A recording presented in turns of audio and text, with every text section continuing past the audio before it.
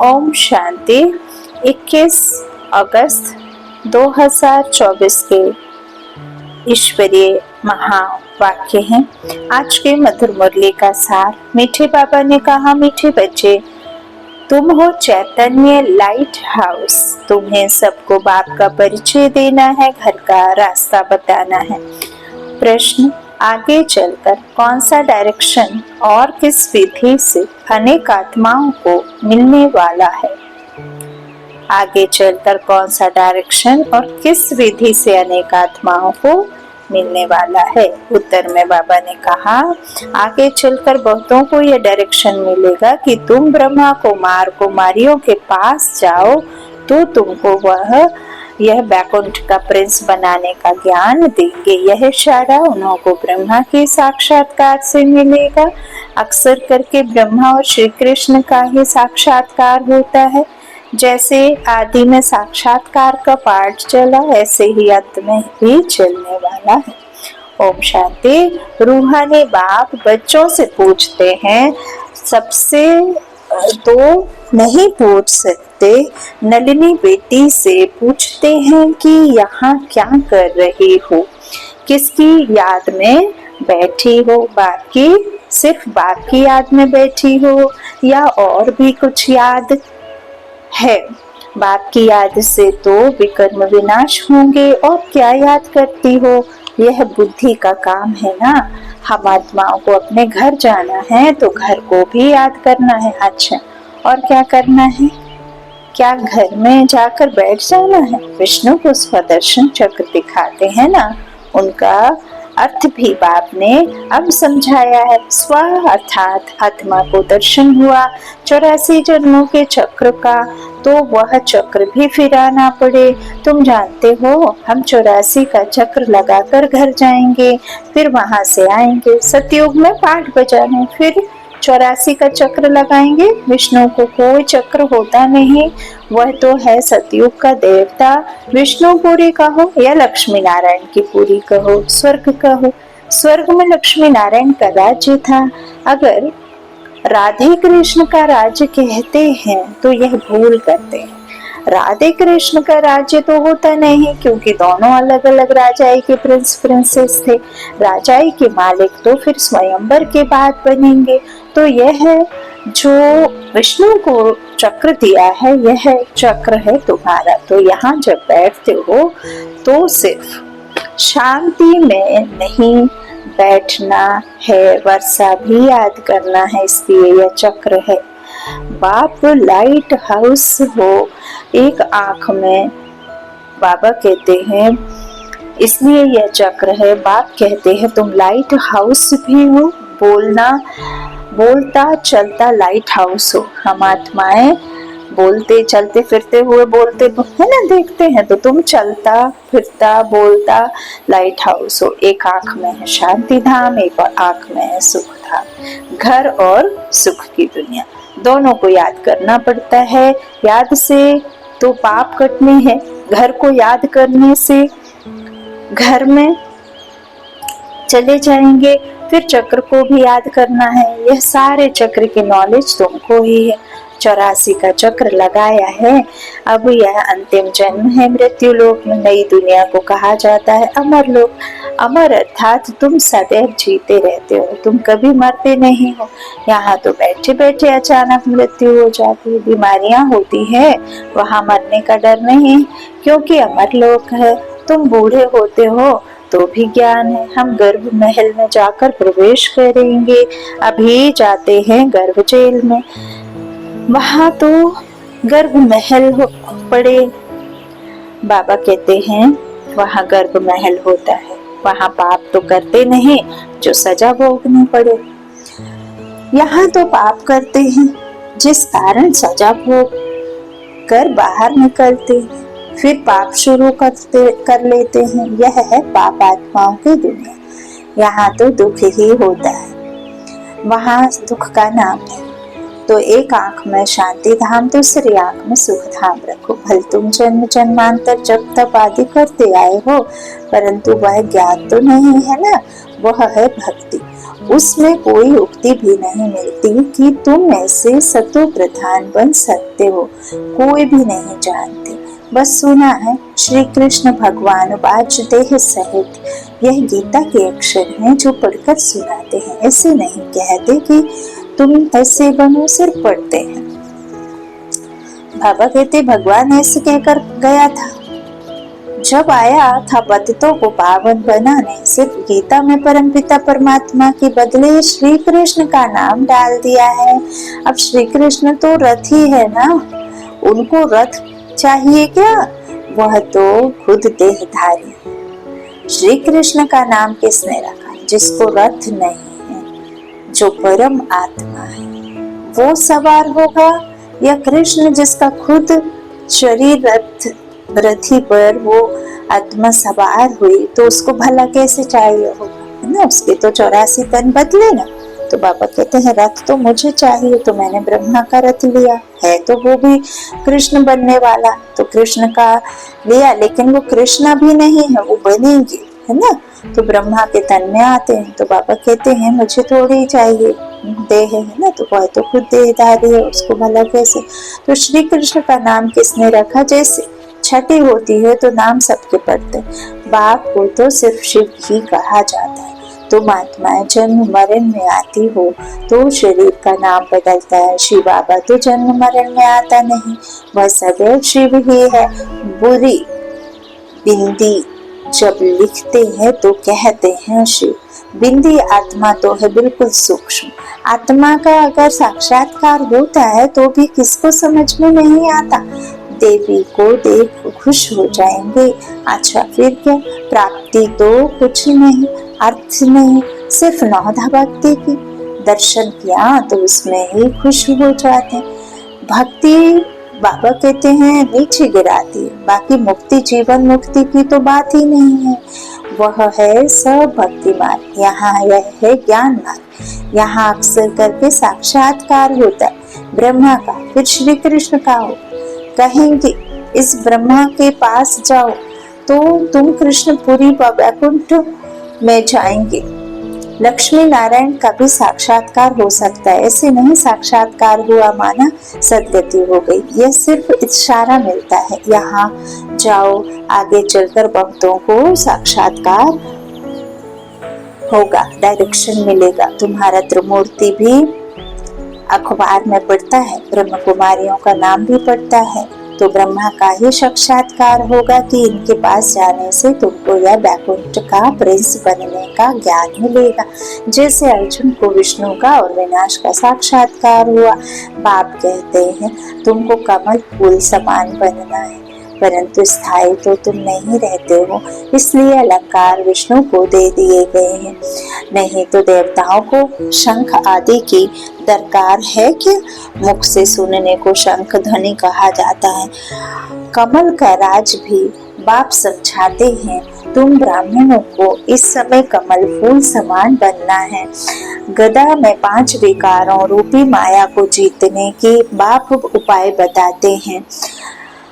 मामेकम याद करो तो तुम्हारे विकर्म विनाश होंगे। श्रीमत पर चलकर पतित पावन बाप को याद करो। दूसरा तो कोई पतित पावन है नहीं सिवाय एक बाप के। बाप कहते हैं मुझे बुलाते ही इसलिए है कि हम सबको शरीर से छुड़ाकर पावन दुनिया में ले चलो।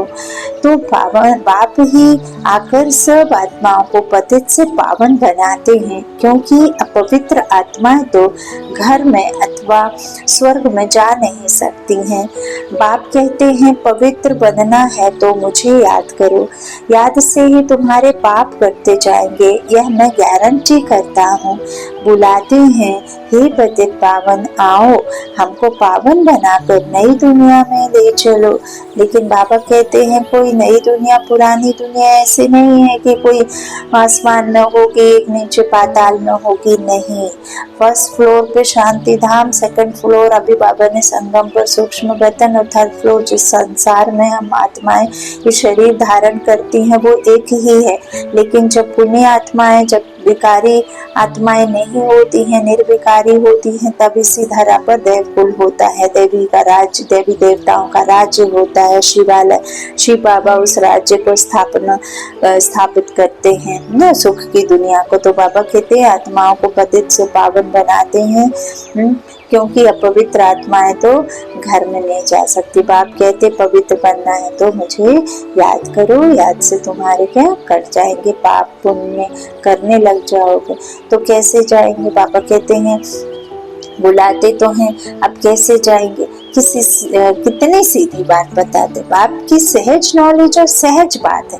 कहते हैं काम काज करते हुए मुझे याद करो, भले नौकरी आदि करो, भोजन बनाओ तो भी याद में रहकर तो भोजन भी शुद्ध होगा। इसलिए गाया जाता है ब्रह्मा भोजन के लिए देवताओं को भी दिल होती है।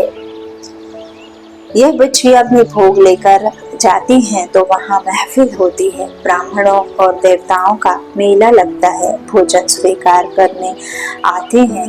ब्राह्मण लोग जब भोजन पान करते हैं तो भी मंत्र जपते हैं। ब्रह्मा भोजन की बहुत महिमा है।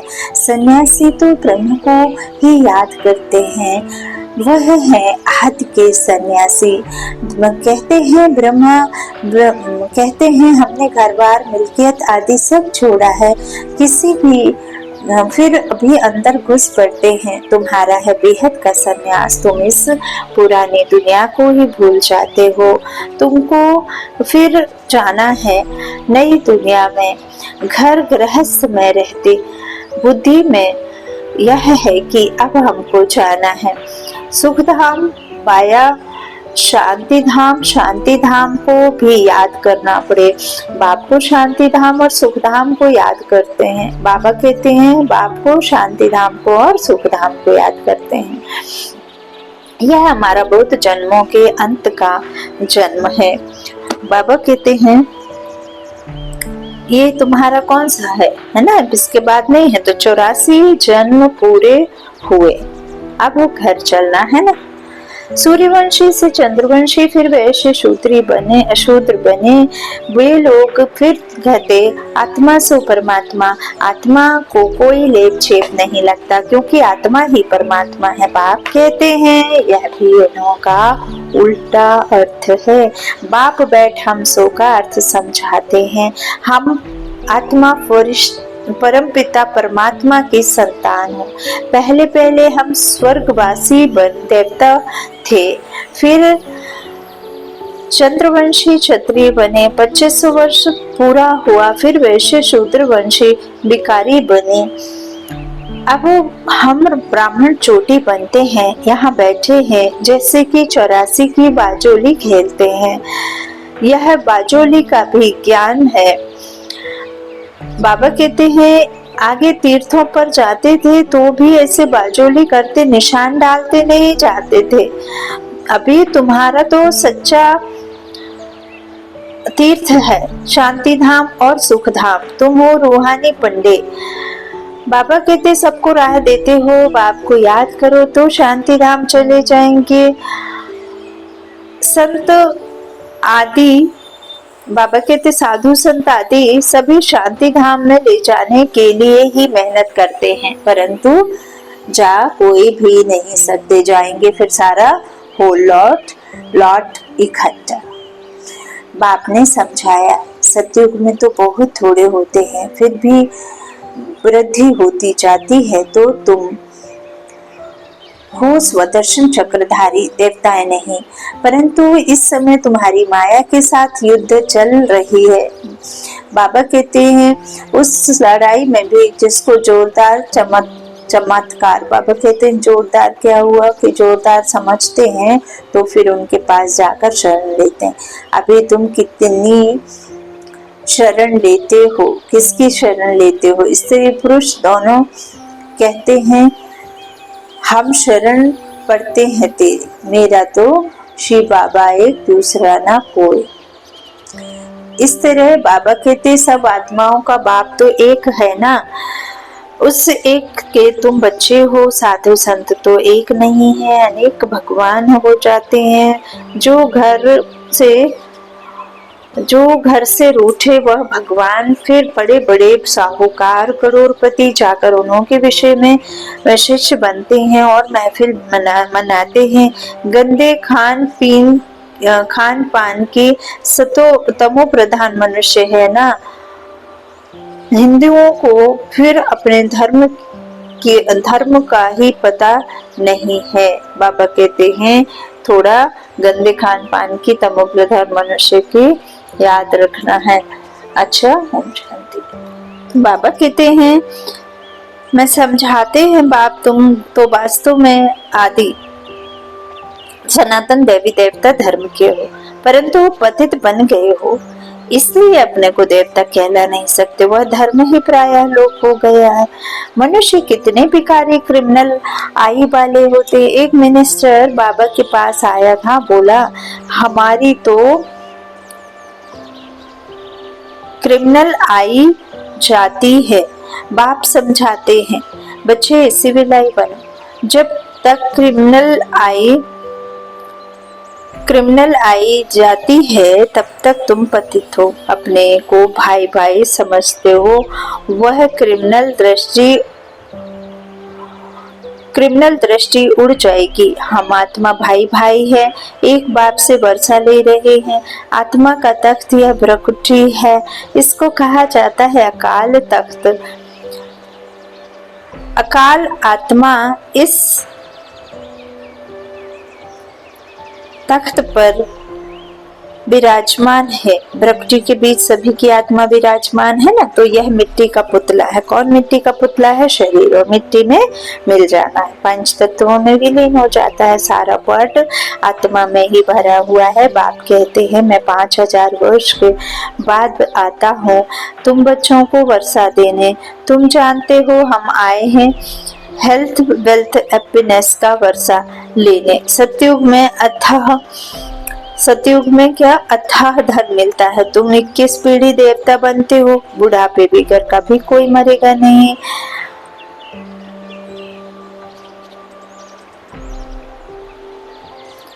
बाबा कहते हैं तो यहाँ बुढ़ापे बिगर कभी कोई मरेगा नहीं। कहाँ? सतयुग में। तो अभी तो बाबा कहते हैं यहाँ तो किसी की एज का ठिकाना ही नहीं है ना। लेकिन यहाँ तो बैठे बैठे अचानक मर पड़ते हैं, गर्भ में अंदर भी मर पड़ते हैं। वहां तो दुख का नाम नहीं होता, उनको कहा जाता है सुख धाम। राम राज्य यह है दुख धाम, रावण राज्य। सतयुग में रावण होता ही नहीं। तो यह 84 का चक्र भी बुद्धि में तुमको याद रहेगा, बहुत खुशी रहेगी। तुम जानते हो हम नए विश्व के अर्थात सतयुग के मालिक बनने वाले हैं। गीता में भी भगवान वाच है ना बच्चे। देह सहित देह के, बाबा कहते हैं बच्चे देह सहित देह के सब संबंधों को छोड़ो। अपने को आत्मा समझ मामे कम याद करो। तुम्हारा सच्चा खुदा दोस्त वह है अल्लाह अव्वल दीन का नाटक, हातमताई का नाटक सब इस समय के हैं। अभी मनुष्य कितना माथा मारता है। बाबा कहते हैं मारते रहते हैं, बच्चे कम पैदा होते हैं।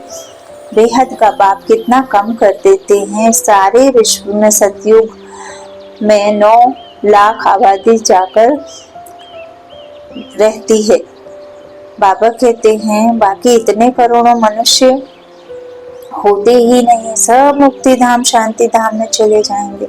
यही तो करामात की बात है ना। एक देवी देवता धर्म का फाउंडेशन लगाकर बाकी सब विनाश कर देते हैं। यह 84 का चक्र अच्छी रीति बुद्धि में बिठाना है। यह है स्वदर्शन चक्र। बाकी चक्र से कोई का गला आदि नहीं काटना है। शास्त्रों में फिर श्री कृष्ण के लिए हिंसक बातें लगा दी हैं। सबको स्वदर्शन चक्र से मारा। यह विगलानी हुई ना, कितना हिंसक बना दिया। तुम डबल हिंसक बनते हो। काम को तरह चलाना यह भी चिंता है। देवताओं को तो पवित्र कहा जाता है। योग बल से सब्जी, बाबा कहते हैं योग बल से जबकि योग बल से विश्व के मालिक बन सकते हो कि नहीं। तो योग बल से बच्चे क्यों नहीं पैदा हो सकते। साक्षात्कार होगा। अब बच्चा होना है, बाबा तो समझते हैं अभी ये पुराना शरीर छोड़ेंगे। और गोल्डन स्पून इन माउथ, तुम भी समझते हो हम अमर लोक में जन्म लेंगे तो गोल्डन स्पून इन माउथ होगा। गरीब प्रजा भी चाहिए ना, दुख की कोई भी बात होती ही नहीं। प्रजा के पास थोड़े ही इतना धन माल आदि होगा, हाँ होता है, बाकी हाँ सुख होगा, आयु बड़ी होगी, राजा रानी साहूकार प्रजा सब चाहिए ना। अच्छा, मीठे मीठे सीखे लेते बच्चों प्रति माता पिता बाप दादा का याद प्यार और गुड मॉर्निंग। रूहानी बाप की रूहानी बच्चों को नमस्ते। हम रूहानी बच्चों के रूहानी माता पिता बाप दादा को याद प्यार और गुड मॉर्निंग। धारणा के लिए मुख्य सार, पहला बाबा ने कहा बाप की याद के साथ साथ खुशी में रहने के लिए 84 के चक्र को भी याद करना है, स्वादर्शन चक्र फिराना है, खुदा को अपना सच्चा दोस्त बनाना है। दूसरा, डबल अहिंसक बनने के लिए क्रिमिनल आई को बदल से भी लाई बनानी है। हम आत्मा भाई भाई हैं, यह अभ्यास करना। वरदान है वरदानी बाप का, सर्वशक्तिमान बाप को कंबाइंड रूप में साथ रखने वाले सफलता मूर्त भव। जिन बच्चों के साथ सर्वशक्तिमान बाप कंबाइंड है उनका सर्व शक्तियों पर अधिकार है। जो बाबा के तो और जहाँ सर्व शक्तियां हैं वहां सफलता ना हो यह संभव है। यदि सदा बाप से कंबाइंड रहने में कमी है तो सफलता भी कम होती है। सदा साथ निभाने वाले अविनाशी साथी को कंबाइंड रखो तो सफलता जन्म सिद्ध अधिकार है, क्योंकि सफलता मास्टर सर्वशक्तिमान के आगे पीछे घूमती है। स्लोगन, सच्चे वैष्णव वह हैं जो विकारों रूपी गंदगी को छूते भी नहीं। सच्चे वैष्णव वह हैं जो विकारों रूपी गंदगी को छूते भी नहीं है। अच्छा, ओम शांति। शुक्रिया बाबा, शुक्रिया।